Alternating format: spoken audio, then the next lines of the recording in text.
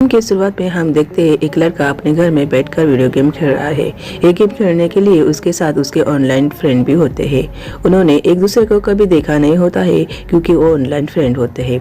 सब उसे कैप्टन करके बुलाते हैं। गेम में उसका एक फ्रेंड्स जख्मी हो जाता है। वो दुश्मनों के बीच में फंस जाता है। उसे बचाने के लिए कप्तान अपनी जान जोखिम में डालकर उसे बचाता है और खुद मर जाता है और फिर उसकी टीम गेम जीत जाती है। फिर उसकी टीम के ऑनलाइन फ्रेंड्स सब कहते हैं कि चलो आज हम कैफे में मिलते हैं। अब टीम का कप्तान कौन हूँ अपना वॉलेट चेक करता है तो उसमें पैसे नहीं होते हैं। फिर वो अपने ऑनलाइन फ्रेंड्स को कहता है आज मेरे पास मिलने के लिए वक्त नहीं है, हम फिर कभी मिलेंगे। तभी उसे उसके माँ का कॉल आता है। वो अपने ऑनलाइन फ्रेंड्स को कहता है मुझे बार बार कॉल आ रहा है तो मैं ऑफलाइन जा रहा हूँ। फिर वो अपनी माँ का कॉल उठाता है और अपनी माँ से बात करने लगता है। उसकी माँ हॉस्पिटल में काम करती है। वो अपने बेटे को बताती है कि आज रात को मुझे बहुत काम है तो मैं घर नहीं आ सकती हूँ, मैं हॉस्पिटल में ही रुकूंगी। और फिर यहीं पे ये सीन खत्म हो जाता है। फिर शाम को कॉनहून पीसी कैफे में जाके अपना गेम खेलने लगता है। गेम के बीच में मोबाइल बजने की आवाज उसको आती है। वो फोन की आवाज कहाँ से आ रही है ये चेक करता है तो वो जहाँ पर बैठा था वहीं से वो फोन की आवाज आ रही थी। वो फोन उठाता है, सामने से एक लड़की की आवाज आती है। वो कहती है पीसी कैफे में अपना फोन वहीं पे भुलाई हूँ, क्या आप मुझे मेरा फोन मुझ तक पहुँचा सकते हैं? इसके लिए मैं आपको $300 दूंगी। फिर वो लड़की अपना एड्रेस बताती है। कॉनहून उस लड़की का फोन लेके उसे देने के लिए उसके घर जाता है। वो घर का दरवाजा नॉक करता है मगर कोई भी आके दरवाजा नहीं खोलता है। फिर वो चेक करता है कि दरवाजा खुला ही है। वो दरवाजा ओपन करके घर के अंदर चला जाता है। तब वो देखता है कि एक लड़की बाथरूम में नहा रही है। वो उसे आवाज देकर कहता है मैम मैंने आपका फोन लाया है, आप आपका फोन लीजिए और मुझे पैसे दीजिए। वो लड़की कहती है पैसे ऊपर के कमरे में रखे हैं, जाके ले लो। फिर वो ऊपर के कमरे में चला जाता है। वहाँ पर बेड पर मोबाइल रखता है और वहीं से पैसे लेकर फिर अपने घर चला जाता है। सुबह हो जाती है। कॉनहून अपने बेड पर सोया हुआ था। तभी वहाँ पर पुलिस आके उसका घर का दरवाजा तोड़कर अंदर आ जाती है। पुलिस जबरदस्ती उसके हाथों में बेड़ा पहनाती है। उसके कुछ भी समझ में नहीं आता है आखिरकार चल क्या रहा है। वो उन पुलिस वालों को पूछता है आखिर मैंने किया क्या है। पुलिस वाला उसे कहता है कि तुमने कत्ल और रेप किया है, इसके इल्जाम में हम तुम्हें गिरफ्तार कर रहे हैं। फिर उसे लेकर पुलिस वाले उसे पुलिस स्टेशन लेकर आते हैं और तब तक ये न्यूज़ टीवी पर भी दिखाई जा रही होती है। यहाँ पे एक पुलिस वाला कॉनहून को कहता है कि इस चेक पर जो सिग्नेचर है वो तुम्हारे है क्या? वो बोलता है हाँ ये सिग्नेचर मेरे है। फिर वो पुलिस वाला उसे बताता है कि वहाँ पर एक चाकू मिला, उस पर तुम्हारे उंगलियों के निशान है। फिर वो कहता है कि मैंने ये सब कुछ नहीं किया है। फिर वो पुलिस वाला कहता है ऐसा है तो फिर उस चाकू पर तुम्हारे हाथ के निशान कैसे आए? उसको कुछ भी समझ में नहीं आता है। तो यहाँ टीवी पर कॉनहून की गिरफ्तारी की न्यूज़ दिखाई जा रही होती है। वो लोग बताते हैं कि कॉनहून आरोपी ताइक्वांडो का एक नेशनल प्लेयर था, लेकिन एक असुर केस की वजह से उसके खेल पर रोक लगा गई थी। फिर वो बेरोजगार हो गया और फिर वो अपना वीडियो गेम खेल रहा था। न्यूज़ उसकी माँ भी देख रही होती है। उसकी बेटे की न्यूज़ देखकर वो फिर पुलिस स्टेशन आ जाती है, लेकिन पुलिस वाले उसे अपने बेटे से मिलने नहीं देते हैं। तो यहाँ पुलिस वाले कॉनहून को बताते हैं कि घटनास्थल पर हमें तुम्हारे उंगलियों के निशान मिले, घटनास्थल पर मिले हुए सेल्स में तुम्हारे शुक्राणु भी मिले हैं। ये सुनकर तो वो चौंक ही जाता है और कहता है मैंने ये सब कुछ नहीं किया है, मुझे क्यों अटक किया है? तो यहाँ उसकी माँ रास्ते पे खड़ी रहकर हर किसी को बता रही होती कि मेरा बेटा कातिल नहीं है, मेरे बेटे को फंसाया जा रहा है, कोई तो मेरी मदद करो। लेकिन कोई भी उसकी बात सुनकर नहीं लेता है और फिर वो हताश हो जाती है। कॉनहून की माँ सरकारी वकील मिस्टर मिन से मिलने के लिए जाती है उसके ऑफिस में। वो वहाँ पर जाकर उसे कहती है कि मेरा बेटा बचपन से ही कहीं अवार्ड जीता है, उसके पापा इस दुनिया में नहीं है मगर मैंने उसे पूरे डिसिप्लिन से पाला है, वो गुनहगार नहीं है। उस पर सरकारी वकील मिस्टर मिन उसकी माँ से कहते हैं कि सारे सबूत तो उसके खिलाफ है, उसे कहिए कि वो अपना गुनाह कबूल करे, उसकी सजा कम हो जाएगी। फिर हम देखते हैं है कि न्यायालय का सीन। सरकारी वकील मिस्टर मिन कानून की केस लड़ते हैं न्यायालय में, मगर सारे सबूत ही कानून के खिलाफ होते हैं, जैसे कि उस लड़की के घर के अंदर जाते हुए कानून का सीसीटीवी फुटेज, दरवाजे और चाकू पर उसके उंगलियों के निशान और वहीं पर उसका शुक्राणु का मिलना। इन सारे सबूतों की वजह से न्यायाधीश उसे उम्र कैद की सजा सुनाता है, फिर उसे जेल में लेके चले जाते हैं। उस जेल में एक गुंडा होता है, उसका नाम मार्डुकस होता है। उसने बहुत सारे गुनाह किए होते हैं, इसलिए उसको अरेस्ट करके जेल में डाला हुआ होता है। उसके कुछ चमचे भी होते हैं जो हमेशा उसके साथ ही रहते हैं। वो मार्डुकस जेल में आने वाले हर न्यू कैदियों को परेशान करता रहता है। जेल के अंदर मार्डुकस कानून के पास चला जाता है और उसे कहता है कि तुमने एक नाबालिग का रेप करके उसे मार डाला। कानून को गुस्सा आ जाता है, वो कहता है कि मैंने कुछ भी नहीं किया है और वो मार्डुकस को पीटता है। फिर उसे साथी मिलकर फिर कानून को पीटते हैं। तभी ये सब गार्ड देख लेता है और वहाँ पर आकर उन लोगों को दूर करता है। फिर मार्डुकस जेलर से कहता है कि मैंने कुछ भी नहीं किया है, पहली शुरुआत उस लड़के ने की और उसने मेरा खून निकालने तक मुझे पीटा है। फिर वो जेलर कानून को एक अंधेरी कोठरी में लेके जाता है और वहीं पर उसे कैद करके रखता है। एक दिन उसकी माँ उसे मिलने के लिए जेल में चली आती है। अपने बेटे के हालात देखकर वो उसे कहती है कि यहाँ पे तुम्हें बहुत तकलीफ हो रही है, मैंने तुम्हें यहाँ से छुड़ाने के लिए न्यायालय में अर्जी की है। एक इंसान है जो तुम्हारे बारे में सच जानता है, वो हमें मदद करने के लिए तैयार है। मैं अपने बेटे के लिए न्यायालय लड़ाई लड़ूंगी। मैं कई रेपिस्ट की माँ नहीं कहलाना चाहती हूँ। हर दिन की तरह वो सभी कैदियों के साथ खाना खाने के लिए जाता था। वो हर रोज वो गुंडा मार्डुकस उसकी पिटाई करता था, इसकी वजह से बहुत ही डरा सा रहता था। तभी वो खाना खाने के लिए गया था और बैठकर खाना खा रहा था। तभी वहीं पर एक कैदी उसके पास आता है। वो कैदी कानून को एक दवा देता है और उससे कहता है कि ये दवा तुम अपने जख्मों पर लगा लो, इससे तुम्हें कोई दर्द नहीं होगा। फिर वो कानून को कहता है कि तुम मार खाते हुए मैंने तुम्हें देखा है, तुम मार खाते वक्त अपने प्रेशर पॉइंट को बचा के रखते हो, तुम्हें पता है कि इससे तुम्हें दर्द नहीं होगा, तुम जरूर एक अच्छे खिलाड़ी हो गए। मुझे लगता है तुमने और कत्ल नहीं किया है, तुम्हें यहाँ पर फंसाया गया है। और ये सच्चाई वो गुंडा मार्डुकस भी अच्छी तरह से जानता है, लेकिन तुमने मार्डुकस के सम्मान को ठेस पहुंचाई है, इसलिए वो तुम्हारे पीछे पड़ा है। फिर कानून अपना खाना खा के वहाँ से जा रहा होता है। तभी मार्डुकस उसके पीछे अपने गुंडे लेके चला जाता है उसे मारने के लिए। कानून मार्डुकस और उसके चमचों की पिटाई करते हैं। ये देखकर वहाँ पर कुछ कैदी और जेल के पुलिस भी आ जाते हैं और जेल के कैदी ये देखकर कहते हैं कि अरे यार, कानून ने तो उस कैदी की पिटाई कर दी। और फिर उसको जेल के पुलिस भी कुछ भी नहीं कहते हैं और ये सीन यहीं पे खत्म हो जाता है। कानून को मिलने के लिए जेल में सरकारी वकील मिस्टर मिन आते हैं। वो कानून को बताते हैं कि तुम्हारी माँ ये सब सह नहीं कर सकी और उन्होंने आत्महत्या की। तुम इन कागजों पर साइन कर दो, फिर हम तुम्हारी माँ का अंतिम संस्कार करेंगे। मैंने बहुत कोशिश की तुम्हें अपने माँ के अंतिम संस्कार के लिए यहाँ से छुट्टी देने के लिए, मगर जेल के अथॉरिटी ने मुझे इजाज़त नहीं दी। फिर ये सीन यहीं पे खत्म हो जाता है। कानून रात को सो जाता है, फिर उसकी माँ उसके सपने में आ जाती है। फिर दोनों एक दूसरे के गले में पड़कर बहुत रोते हैं।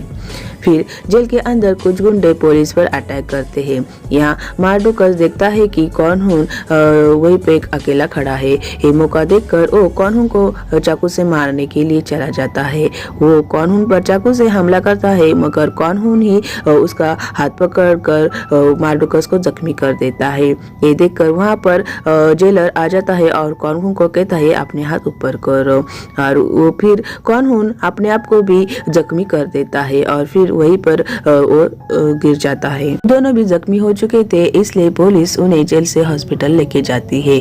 तब हम देखते हैं कि जेल में से एक आदमी ने कानून को कहा था कि तुम अपने कमर पर वार कर लेना, इससे तुम्हें ज्यादा नुकसान नहीं होगा। फिर यहाँ हम देखते हैं कि कानून सोच रहा होता है कि मैं यहाँ से बाहर जाने के बाद खुद को निर्दोष साबित करूंगा। मैंने माँ से वादा किया कि मैं मेरी पहचान रेपिस्ट की नहीं होगी। फिर कानून गाड़ी में लेटा हुआ होता है, वो उठ जाता है और गाड़ी में जो पुलिस वाले होते हैं उनसे फाइट करता है और फिर वो ड्राइवर से हथकड़ियों की चाबी मांगता है। तभी एक ड्राइवर अपनी गाड़ी पलट देता है। कानून उस गाड़ी से सही सलामत बाहर आता है। तभी एक पुलिस वाला उस पर गन तानता है, लेकिन वो उसको फायर न करता और वो फिर कानून वहीं से चला जाता है। अब तक पुलिस वाले कानून को कुत्ते की तरह ढूंढ रहे होते हैं। तभी एक जगह पर वो चला जाता है कि एक कपल को एयरपोर्ट जाना था, मगर उनकी गाड़ी खराब हो चुकी थी। वो लोगों से हेल्प मांग रहे थे, लेकिन कोई भी उनकी हेल्प नहीं कर रहा था। तभी वहाँ पर कानून जाता है और उनकी गाड़ी ठीक कर देता है। फिर उनके साथ ही कार के पिछले सीट पर बैठकर वो एयरपोर्ट चलने के लिए जाता है। कानून को पकड़ने के लिए ये चारों तरफ पुलिस का पहरा होता है। तभी हम देखते हैं कि रोड पर चेकिंग चल रही है। तभी एक पुलिस वाला उनके गाड़ी के पास चला आता है और फिर यहाँ पर कानून गाड़ी के नीचे सरक जाता है। वो पुलिस वाला उन दोनों पति पत्नी को पूछता है कि तुम लोग कहाँ जा रहे हो। उस पर वो पति पत्नी कहते हैं कि हम एयरपोर्ट जा रहे हैं, हमारी फ्लाइट है, वो मिस हो जाएगी। फिर वो पुलिस वाला उन दोनों को छोड़ देता है और फिर वो तीनों भी एयरपोर्ट चले आते हैं।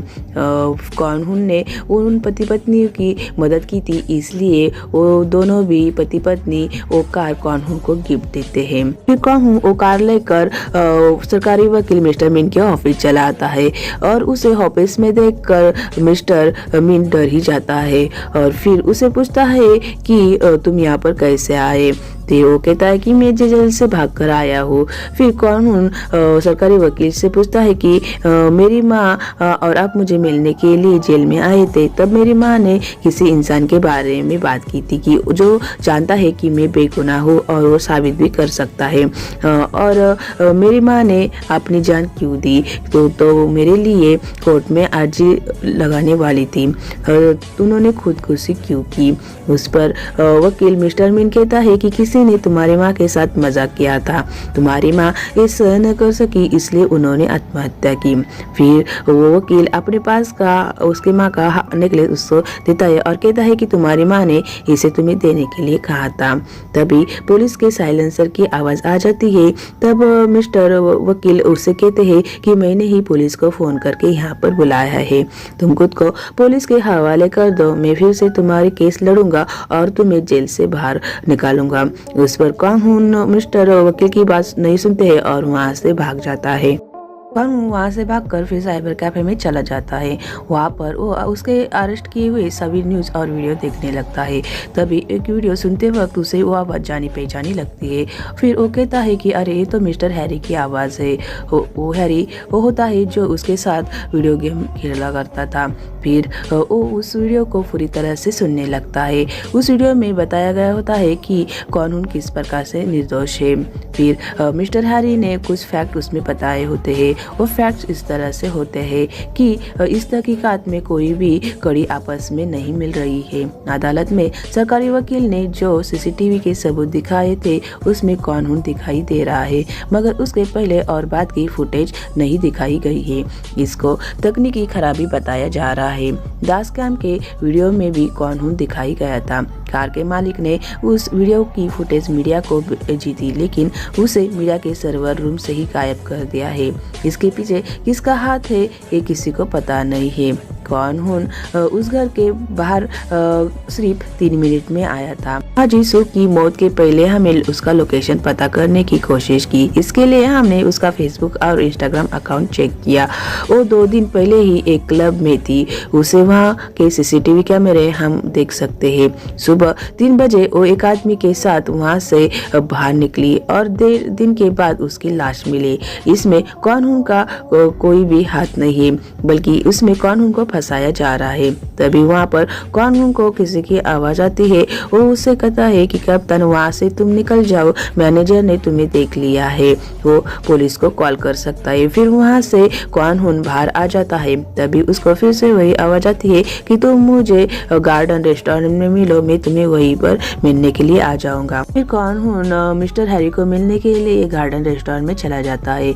तभी वो जहाँ पर बैठा होता है वहीं पर एक लड़की उसके सामने आकर बैठती है और वो अपने पास का मोबाइल क्वान को देती है। तभी उस मोबाइल पर फ़ोन आता है। क्वान उस फ़ोन को उठाता है और कहता है कि क्या आप मिस्टर हैरी है, आप कहाँ हैं, मुझे बताइए। तभी वो लड़की उसके सामने बैठी हुई होती है, उसे कहती है फ़ोन पर ही कि मैं तुम्हारे सामने बैठी हूँ, मैं ही मिस्टर हैरी हूँ। तभी वो उस लड़की की तरफ देखता है कि वो लड़की ही उससे फ़ोन से पर बात कर रही होती है। यहाँ पर हम बताएंगे कि मिस्टर हैरी जो लड़की होती है उसका नाम येहू होता है और उसकी एक आदत होती है कि वो किसी से भी सामने तो सामने बातें नहीं करती है, वो फ़ोन से ही बातें करती है। यहाँ पर फिर वो एक दूसरे से मुलाकात हो जाती है और फिर वो बताती है कि एक एप्लीकेशन है, उससे मैं अपनी आवाज़ बदल सकती हूँ। फिर याहू कानून को लेकर अपने घर चली आती है या वो खाना बनाती है। फिर वो दोनों खाना खाने के लिए बैठते हैं। कौन हूँ खाना खाते वक्त रो रहा होता है। ये देखकर वो लड़की उससे कहती है कि वो लोग यहाँ पे आ रहे हैं, उनके सामने तुम मत रोना, तुम अभी भी हमारे कप्तान हो। तभी घर की बेल बजती है। वो लड़की जाके दरवाजा खोलती है तो वो लोग अंदर आ जाते हैं। वो लोग पहली बार ही एक दूसरे को मिल रहे होते हैं। वो सभी कौन हूँ वो लोग कौन को हाय हेलो करते हैं, लेकिन कौन उन्हें नहीं पहचानता था। फिर वो लोग बताते हैं कि हम जो वीडियो गेम खेलते थे उसके गेम के हम प्लेयर है, तुम्हारे ही फ्रेंड्स है। और फिर वो लोग बातें करने के लिए बैठ जाते हैं। वो लोग कानून को कहते हैं कि हम तुम्हें किसी भी गलत केस में फंसने नहीं देंगे, तुम हमारे कप्तान हो। और ऐसे यहीं पे खत्म हो जाता है। या वो उन लोगों को बताती है कि मैंने एक जैसे दिखने वाले कई गुनाहों की स्टडी की है और उनकी एक लिस्ट बनाई है। गुनाह करने के बाद गुनहगार सभी सबूतों को मिटाने की कोशिश करता है, लेकिन इन केसेस में सभी गुनाहों को छिपाने की कोशिश नहीं की है, उनको जानबूझकर दिखाने की कोशिश की है। सभी गुनहगारों को 24 घंटे के अंदर ही गिरफ्तार किया गया है और गुनाह साबित होने से पहले ही उन्हें गुनहगार बनाया गया है और इनमें जेल में डाला है। फिर वो लोगों को कहते हैं कि आपके सामने एक स्क्रीन है, उस पर आप देख लीजिए, मैं कुछ आपको दिखाने वाली हूँ। फिर वो लोग उस स्क्रीन को देखने लगते हैं। वो बताती है कि मैंने मॉनिटर के 1 किलोमीटर के सभी सीसीटीवी फुटेज को कलेक्ट किया है। जब कप्तान घटनास्थल पर था तब एक ट्रक वहीं पे 1 घंटे से खड़ा था। दूसरे केसेस में भी ये ट्रक वहीं पर दिखाया जा रहा है। तभी वो कहते हैं कि ये ट्रक सभी शहर के बाहर के कबाड़खाने में पाए गए हैं। फिर उस कबाड़खाने में कॉम और उसका फ्रेंड चला जाता है। फिर वो लोग वहाँ पे एक ट्रक को देखते हैं। तभी वहीं से बड़े लोग को आते हुए देखते हैं। कौन कहता है कि अपने फ्रेंड को मैं उन लोगों का पीछा करता हूँ, तुम यहीं पर रहो और यहीं पे नजर रखो। कौन उन लोगों के पीछा करते हुए चला जाता है। कौन वो लोग जहाँ पर जाते हैं वहीं पर चला जाता है और वहीं पर साइड में खड़ा रहकर अंदर क्या चल रहा है वो देख रहा होता है। और तभी कौन के फ्रेंड का उसे कॉल आता है। उसका फ्रेंड उसे बताता है कि वो लोग फिर से वापस आए हैं और उन्होंने एक बड़ी से गाड़ी में कुछ रखा है और वो जा रहे। तभी कौन उसे कहता है कि तुम उनका पीछा करो और फिर उसका फ्रेंड उन लोगों का पीछा करते हुए चला जाता है। और फिर कौन भी अपने फ्रेंड के पास चला जाता है। तभी उसका फ्रेंड उसे बताता है कि एक बड़ा सा फ्रिज इन लोगों ने इस बड़ी सी बिल्डिंग में डिलीवर किया है। मैंने उस बिल्डिंग के अंदर जाने की बहुत कोशिश की, लेकिन मैं कामयाब नहीं हो पाया। फिर ये सीन यहीं पे खत्म हो जाता है। उस बिल्डिंग में आखिरकार चल क्या रहा है ये जानना था कौन की टीम को, इसलिए उस बिल्डिंग का सर्वर हैक करना था। इसलिए उस टीम के कुछ 2 लोग उस बिल्डिंग के सिक्योरिटी से जाके मिलते हैं और उन्हें कहते हैं कि इस बिल्डिंग में कुछ तो लाइटिंग का प्रॉब्लम है, इस सॉल्व करने के लिए हम आए हैं। फिर उस टीम में से एक इंसान उस सिक्योरिटी गार्ड को बिजी करके रखता है और दूसरा इंसान जाके वो सर्वर हैक करने की कोशिश करता है। फिर थोड़ी देर के बाद वो सर्वर हैक करके उस लड़की को बताता है। फिर वो लड़की उस सर्वर को अपने पीसी में अटैच कर लेती है। फिर उन लोगों का काम हो जाता है और फिर वो लोग दोनों भी वैसे चले आते हैं। या उन्हें उस बिल्डिंग के पूरे सीसीटीवी कैमरे हैक किए हुए होते हैं। और फिर वो कौन को बताती है कि अब तुम उस बिल्डिंग में जाओ। उस बिल्डिंग में वो लोग रूम नंबर 3 से 6 में गए थे, तो तुम भी वहीं पर चले जाओ, रास्ता साफ है। फिर कौन उस बिल्डिंग के रूम नंबर 3 से 6 में चला जाता है। और वो अपने मोबाइल का कैमरा ऑन करके उस घर की तलाशी करने लगता है। तभी वो एक फोटो अपने साथियों को दिखाता है। फिर वो लोग उस लड़के को पहचान लेते हैं और कहते हैं अरे ये तो एक एक्टर है। वहीं पे एक फ्रिज भी वहाँ पर दिखाई देता है। कौन उसको खोलता है तो देखता है अंदर उसी एक्टर की लाश होती है। फिर वो लोग कहते हैं कि वो लाश यहाँ पर कैसे आई। फिर वहीं पर कुछ लोग आने की आवाज़ आती है। फिर हैरी उससे बताती है कि तुम कहीं पे चुप जाओ, वहीं पर कुछ लोग आ रहे हैं। कुछ लोग वहीं पर आ जाते हैं और फिर वो लोग उस रूम को सजाते हैं। कौन चुप कर देख रहा होता है कि आखिरकार चल क्या रहा है। वो लोग एक लड़की का फोटो उस एक्टर के फोटो के साथ वहीं पे लगा देता है और फिर कुछ उंगलियों की निशान भी वहीं पे छोड़ देते हैं, जैसे कि उस फोटो फ्रेम पर और कुछ ग्लास पर, और उस रूम को बहुत अच्छी तरीके से सजाकर फिर वहाँ से चले जाते हैं। तो यहाँ हम सरकारी वकील मिस्टर मीन का ऑफिस देखते हैं। वहाँ पर उसकी सेक्रेटरी उसे आकर कहते हैं कि मैंने कुछ बेरोजगार लड़के और लड़कियों की लिस्ट बनाई है, आप जाके उन्हें चेक करिए। फिर सरकारी वकील वहाँ से उठता है और अपने सीक्रेट रूम में चला जाता है। वहाँ पर हम देखते हैं कि वो रूम बड़ा ही अत्याधुनिक होता है और वहाँ पर बहुत सारे लड़के और लड़कियों के बायोडेटा होते हैं। वो उसे चेक कर रहा होता है, उसमें से एक लड़की को सिलेक्ट करता है और फिर इसी यहीं पे खत्म हो जाता है। याहू के घर पर कानून की टीम बातें कर रही होती है कि कोई एक्टर किसी के बंगले पर जाकर क्यों मरेगा। उस वक्त फिर याहू कुछ आर्टिकल्स नेट पर चेक करने लगती है। तब वो देखती है कि उसके एक्टर के कुछ अफेयर्स है और उस एक्ट्रेस का अफेयर सुहारी के साथ भी है और वो एक बड़े ही बिजनेसमैन की बेटी है। और उन्हें उस रूम से एक फोटो फ्रेम लेके आया था जिस पर उन लोगों ने उंगलियों के निशान लगाए हुए थे। वो तस्वीर को लेकर वो याहू के पास चला जाता है और उसे कहता है इस फोटो फ्रेम पर कुछ उंगलियों के निशान है, क्या तुम इससे पता लगा सकती हो ये उंगलियों के निशान किसके हैं।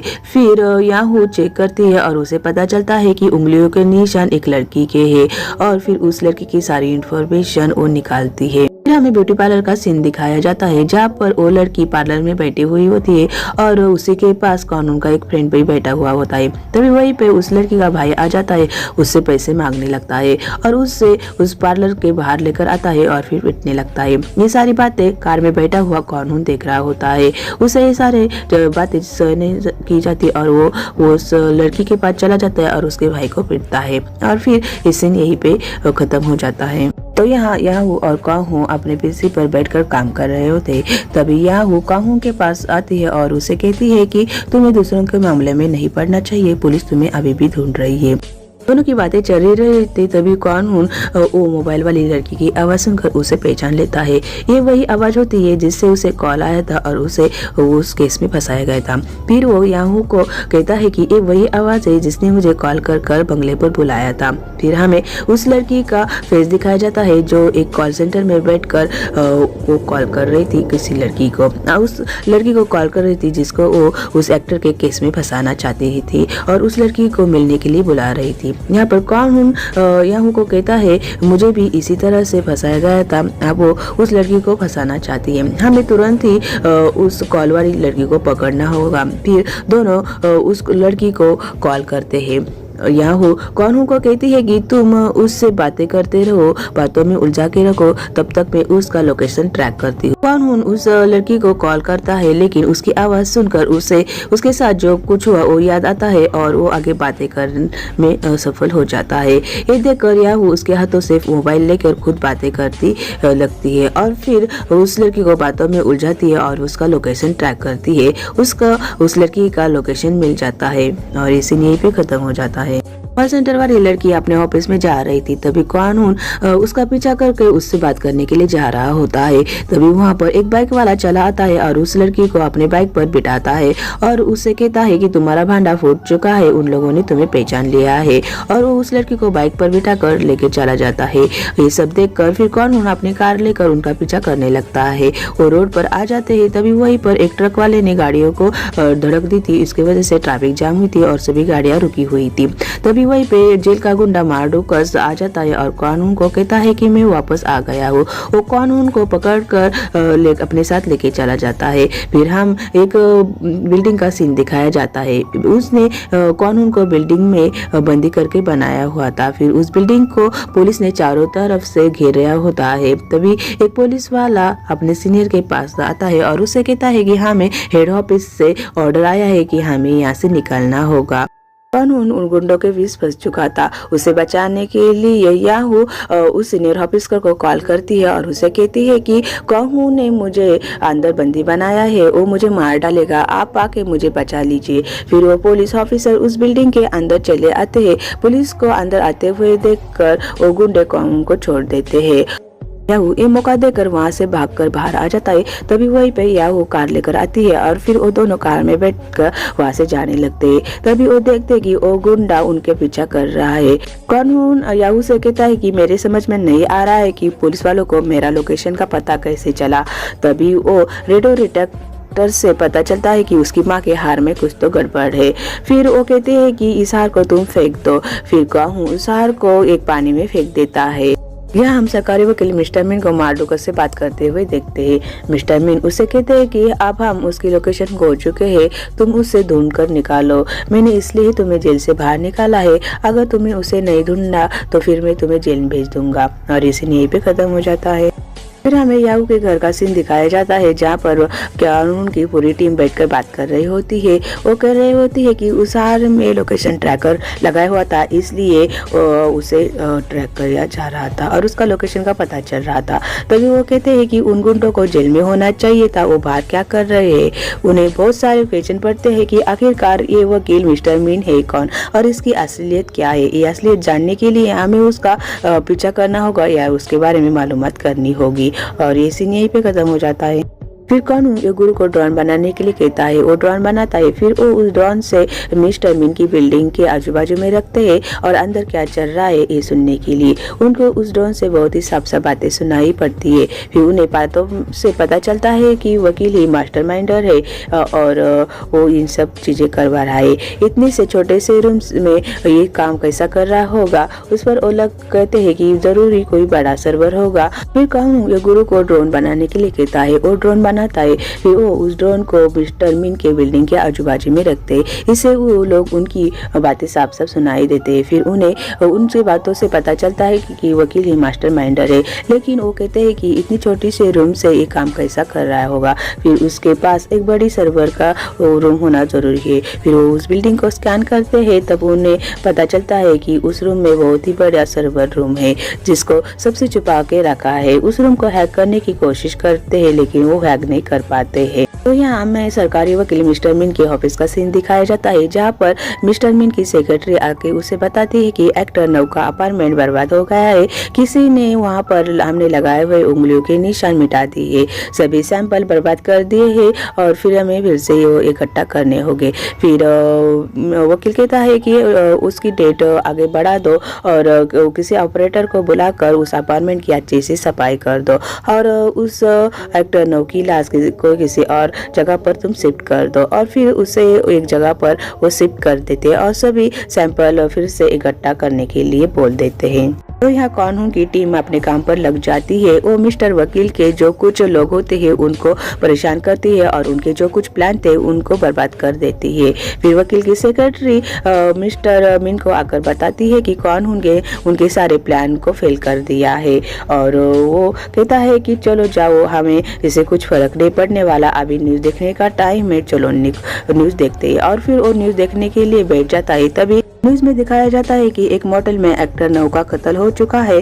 घटनास्थल पे जाने माने हाइसिंग ग्रुप के चेयरमैन की बेटी चुहारी को पाया गया है और फिर उस एक्टर नव के कत्ल के इल्जाम में उसे गिरफ्तार किया जाता है। फिर कानून सरकारी वकील मिस्टर मिन को कॉल करता है और कहता है कि मैंने तुम्हारा ही तरीका अपना कर तुम्हारा केस खराब कर दिया है। फिर उस पर सरकारी वकील कानून को कहता है कि शुरुआत में बहुत मजा आता था जब मेरे बनाए हुए जाल में फंस कर लोग जेल में जाते थे। उनका हंसना, उनका रोना, उनका गुस्सा करना, उसमें जो मज़ा आता है वो मज़ा कहीं पर नहीं है।